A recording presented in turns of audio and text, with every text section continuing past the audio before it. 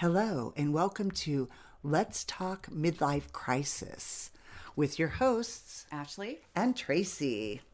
Pull up a chair for your seat at the table as we talk about, and we're here today with Emily at Still Menopause Relief. Welcome, Emily. How are you? I'm great. How are you today? We're doing good, thank you. We're happy to have you here. I'm thrilled. I'm a little nervous. This is my first podcast interview for this business. I'm actually a photographer and had been on a friend's podcast before, but this is a whole different thing. Okay. Yeah. Well, you don't have to be nervous. Don't be nervous. Very relaxed. Sit back, relax, take a breath, and tell us a little bit about yourself and what are you doing now? Okay. I am Emily Black. I live in Orlando, the Orlando area. And I started a company back in the spring called Still Menopause Relief. And the way it started was in 2021, was diagnosed with an autoimmune disorder. Oh. And the name of it is Sjögren's syndrome, and it is when your body attacks your moisture-producing glands. Oh my gosh. It's, your tear ducts, your saliva glands, your urinary genital system, all of that stuff. Okay. And it's not horrible, it's not life-threatening or anything, but it's really super frustrating. Right. And I was 45 at the time and trying to figure out the answer. Luckily, a friend of mine's a doctor, and she said, "Oh, that looks autoimmune to me," luckily. And so I got diagnosed really quickly, but I was having all of these sort of sexual health problems, pain and dryness and like what they call vaginal atrophy that had to do with that. Right. Very common. 45. Yeah. Yeah. And I was 45, and no one was able to help me sort of decipher the difference between the autoimmune stuff and the aging menopause stuff. And all my friends were around the same age, and they're having, their menopause issues, and I don't know where I am in the whole thing. Yeah. And so the worst of it, even after the diagnosis, the worst of it was the vaginal atrophy. It was terrible. And I don't know if you know how much you know about it. It's like dental pain. It is like exposed nerve, just awful. Oh. And I'm in a long-term relationship, and I had lots of, I was married for a long time and I'm happy in that area, and I was not going back to not being able to have that part of my life. And I went to several gynecologists, and they kind of blew me off. One of them, a man, when I said, sex has gotten really painful, he said, "Just have a glass of wine before you do it." Oh, what? And I'm kidding. I was 45. Oh my gosh. Yeah. I don't know. Maybe men shouldn't be gynecologists. Honestly, I'm just saying. I wouldn't feel comfortable with a man. He was my OB when I had all my children, but since then it's only been females. Women. Yeah. Okay. Yeah. Sorry. Yeah. I've had men that were really kind, and women that were really terrible. You never really know. True. But this guy was terrible, and I just think, like, have you ever told someone to have a glass of wine before their root canal? Like, does that make it super pleasant and fun for them? Right. Like, this is terrible. Oh. And so I, through several different channels, found a pelvic floor physical therapist and found a new gynecologist, and she immediately knew what the problem was. She's like, people that have this Sjögren's syndrome, and same thing happens with menopause, the layers of dermis or whatever's in there in the vagina start to thin as you get older. Okay. Becomes brittle. To me, it felt like a dead dry rubber band. Like you pull a rubber band that's been in the drawer too long and it would just crack and crumble. That's what it felt like. Oh my. Yeah, she knew what it was, and it needed localized estrogen. So not systemic, not HRT, an insert every night, which I've been doing for years, and it worked beautifully. Wow. All that to say, that's how we got here. But while I was working on that diagnosis, I was trying to figure out what can I do to just endure the pain of this, to have some sort of, sex life? And I talked to my rheumatologist about medical marijuana. Now, you have to look back 30 years. My high school reunion is coming up, and I don't even know what I'm going to say to the people at my reunion. In high school, I was that just say no, students against drug driving, cheerleader type. I wasn't cool enough to be an actual cheerleader, but like the one that went to, all of preppy, preppy, yeah. Yes, absolutely. And that's who I was, and I did not touch any sort of cannabis until I was 45 years old. Wow.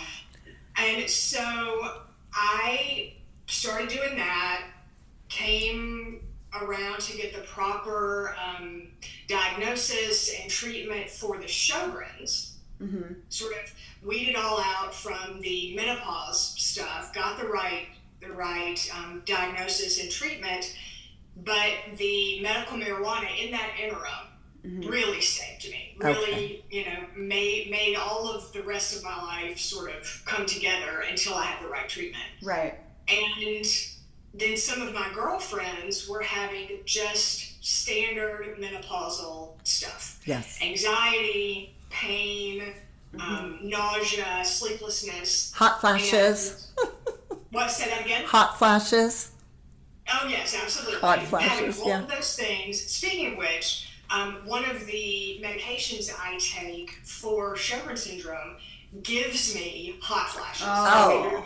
No. Luckily, though, I realize because I don't have them naturally at this point, at least I can schedule. I can have them at a convenient time for me. Right. Oh, goodness. Yeah. So, so I have all of these things, and I started telling my girlfriends, this really helped me. What do you think? And they were in the same boat I was, sort of, late 40s, educated, very sheltered kind of good girls like I was, and scared to death of cannabis. Yeah. And so I sort of set out on a mission to make it more socially acceptable, to let people of our sort of generation who grew up with the DARE and the just say no and all of that stuff, who grew up scared to death of it, to realize how helpful it is and how not scary it should be. Right. We're about the same age, and I think growing up during that time, it was just known as a recreational drug. And there was never really discussion around the fact that it actually is medicinal, that it actually is something that can treat a lot of different things. Except cancer. They did it was legal back then for cancer. Right. Cancer patients were, I think, the opening door to it being medical. Pain and nausea and things like that. Yeah. Yeah. Yeah, absolutely. And so I got through the medical marijuana portion in Florida. It's not that difficult to get the card. Right. You have to see a doctor. Both my rheumatologist and my psychiatrist were perfectly fine with me doing this. Yep.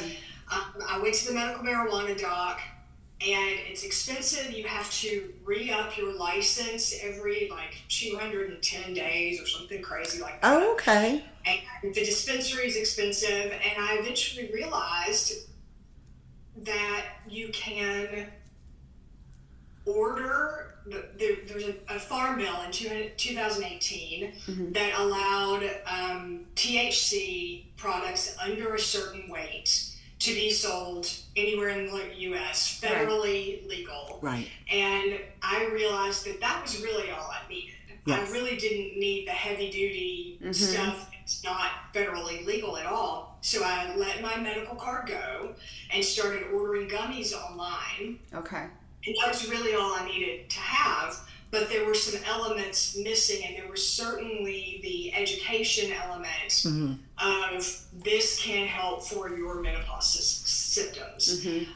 So I added to the THC, tiny bit of THC, some CBD, some ashwagandha, some melatonin, and started marketing that.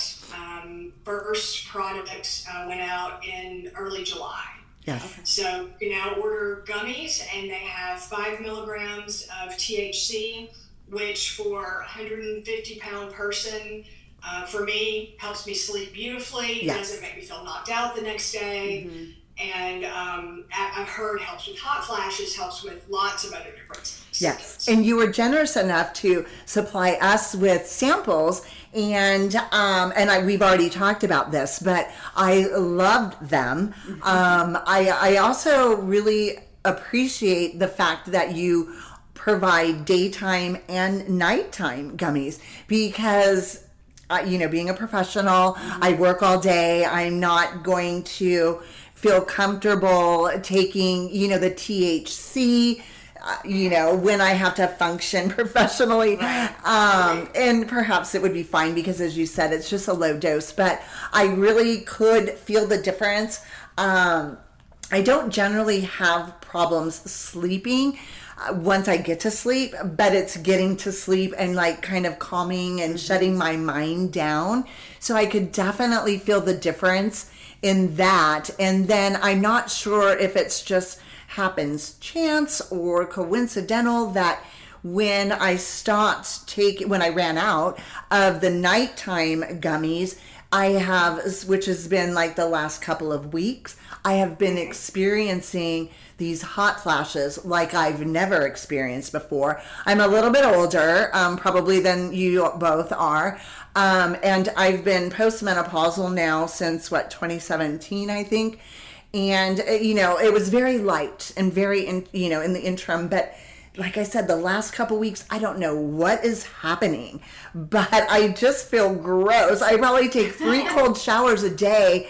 And sometimes, usually it just would affect my head, but now it's like full on body hot flashes. And honestly, at first I thought I was coming down with something, like a virus or a bug or something, and it just never, took. And so now I'm thinking, and I also think it's difficult when you're at this age in life, it's hard to decipher what is due to aging and what's due to menopause and what's just, maybe a virus going around. I didn't know. Yeah. But I really did like the gummies that you provide, and I just can't say enough good things about them. So thank you for bringing it to all of us.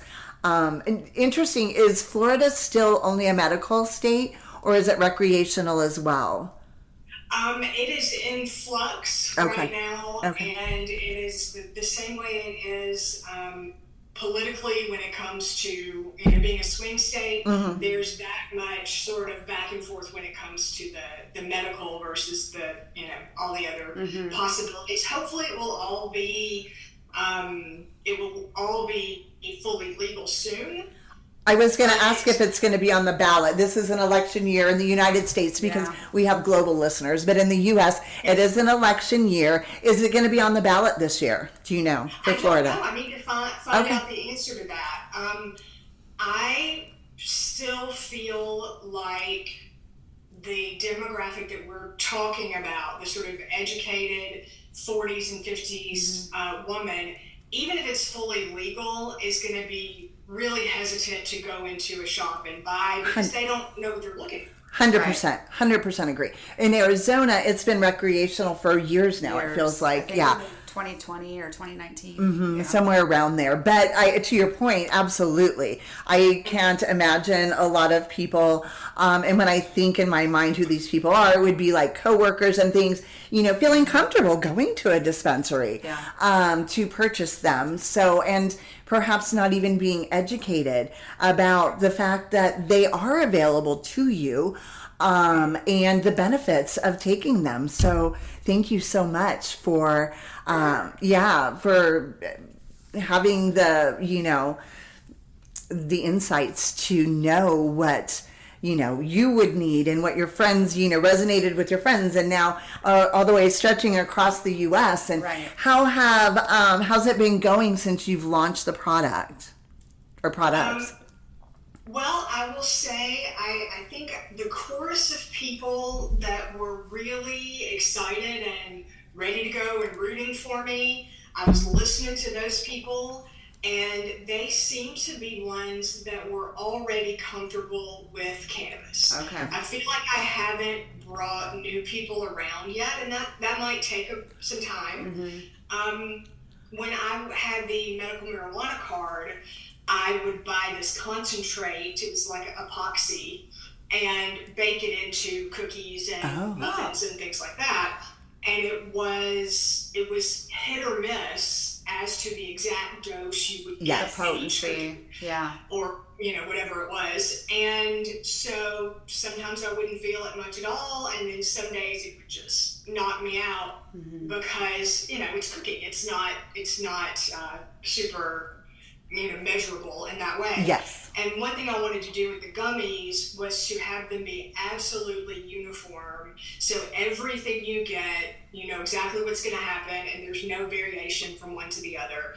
So that's a selling point I'm trying to get across to people, that if you're new to this, you're not going to get some weird strain. You're not going to have to just take, what they have at the place as far as a smoke or something like that. Right. You'll know down to the milligram what it's going to be. What you're ingesting, yes.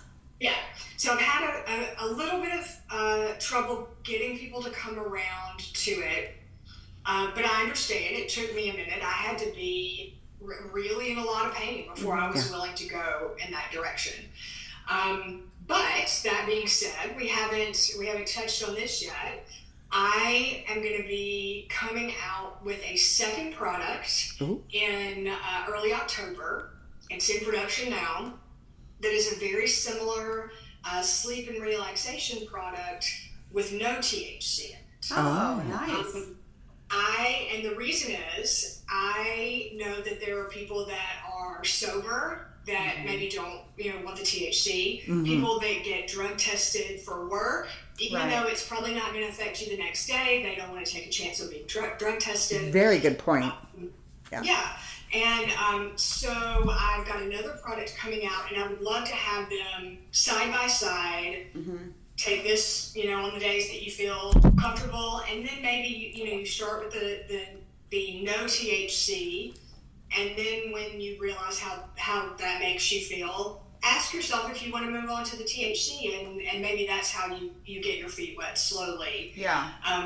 So when you ask how it's been going, it's going all right, but I would love to broaden the circle and help as many people as possible with this new no THC. That's amazing. And we're happy to help you spread the word. And most recently, I'm not sure if we even touched on it, if you're aware, but earlier this month, we're now syndicated and we're airing on WDJY FM radio talk radio in Atlanta. Yeah. So every Monday morning from 9 a.m. to 10 a.m. So we'll help you expand the reach of your message and your audience, and we're continuing to grow. So, and happy to help you spread the message, because I think one of the reasons why we started this podcast was to create a community.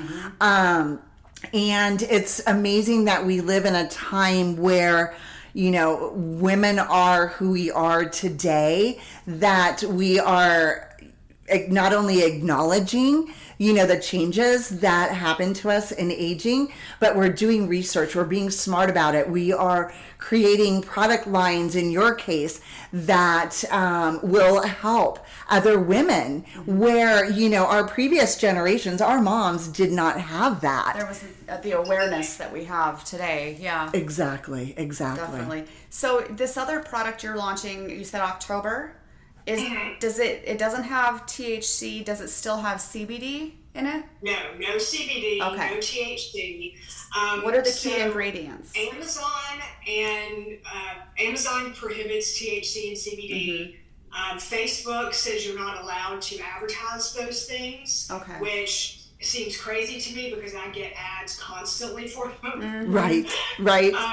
And so other things I'm sorry, that would comply with both Amazon and with Facebook, like I said, to bring people into the community and educate them about both options and give people another thing I'm working on as well is the original, you can't see me if you're podcast people, but you guys can see, this is the bottle. Okay. I've seen that on your website, yes. This comes with 30 in the bottle, and people who are not comfortable with THC maybe want to start with a smaller number before they invest in a larger bottle. So I'm just starting a trial size as well that's just got 10 in it.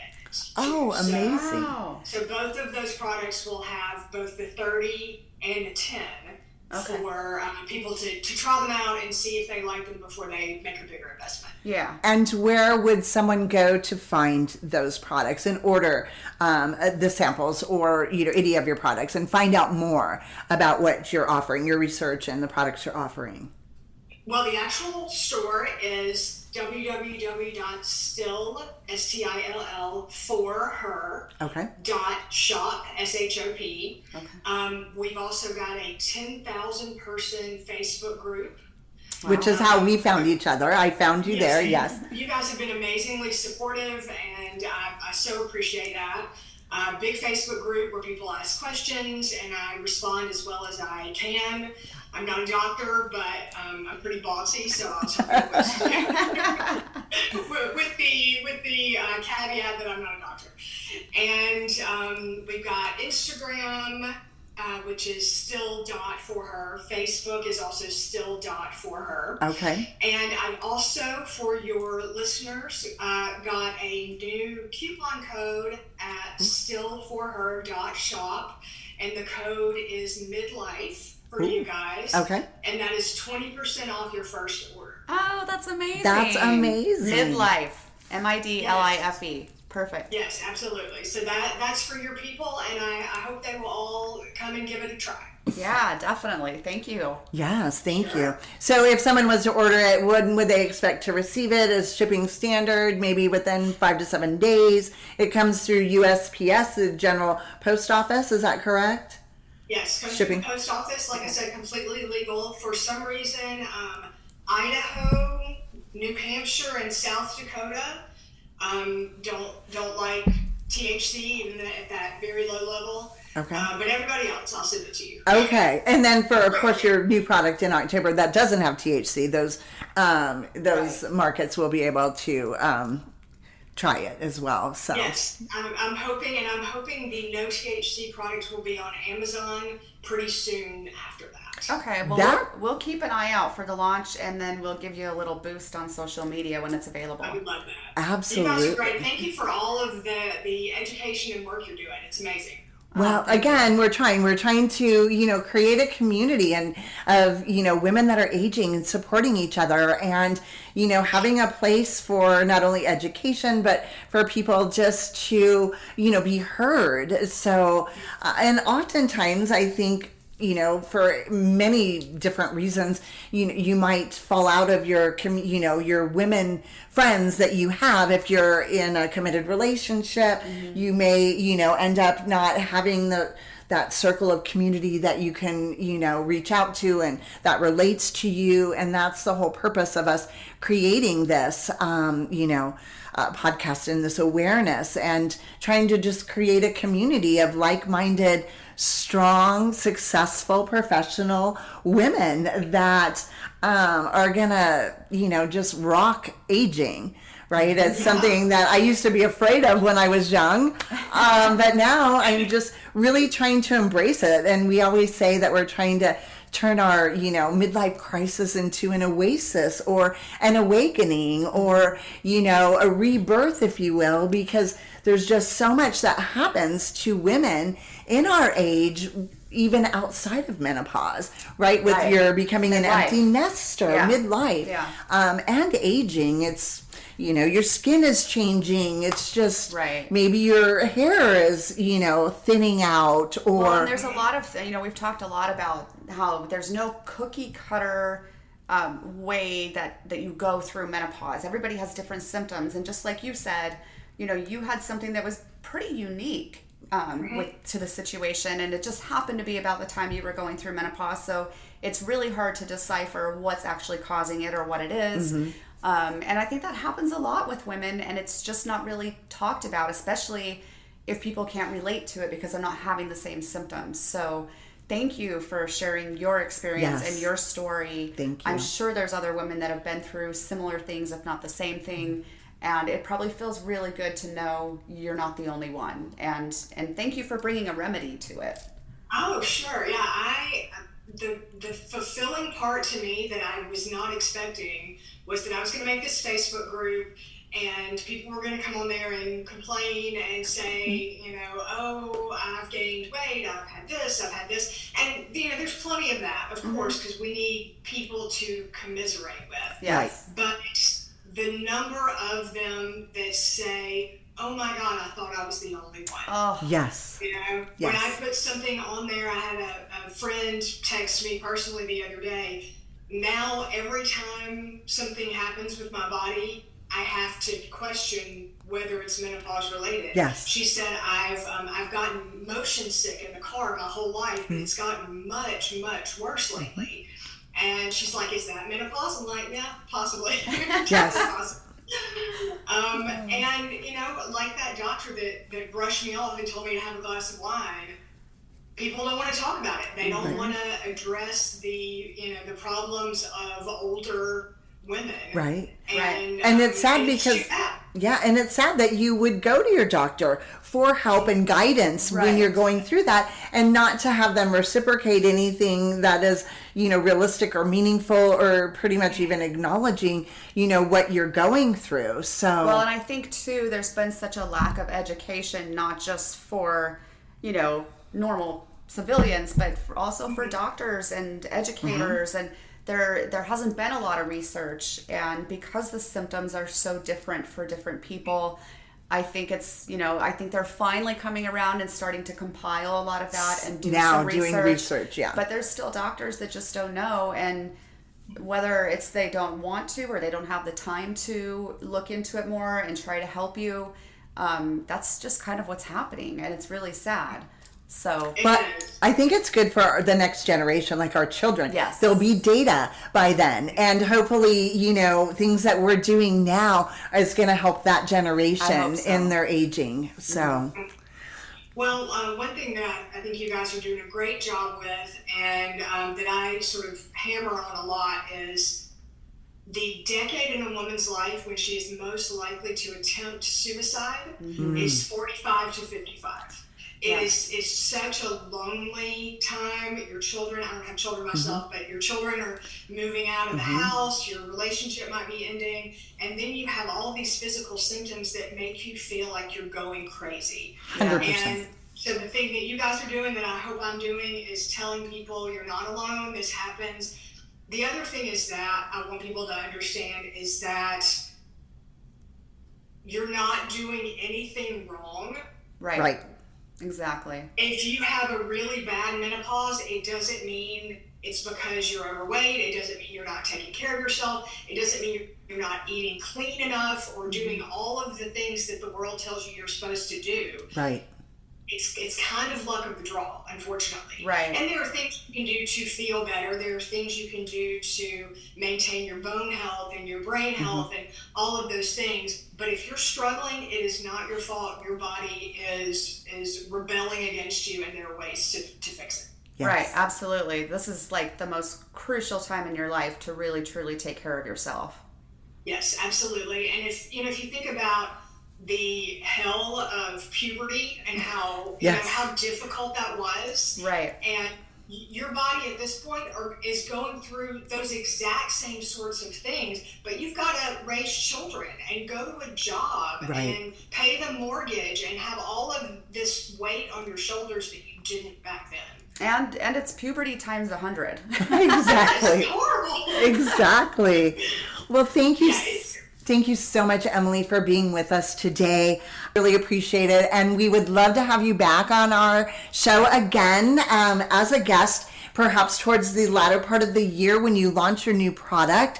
We'll be doing some sampling again for you. And we are just a big supporter of what you're doing and the products that you are providing for women that are aging. So thank you. Awesome. Thank you. I love what you're doing, and good luck with your syndication. I need to start listening to you on the radio soon. Yes, thank you. Thank you. And that just about wraps it up for today. Thank you for joining us on Let's Talk Midlife Crisis. Embrace the change. Join the conversation on our website at letstalkmidlifecrisis.com or our Facebook or Instagram and YouTube channels. We'd love to hear from you guys.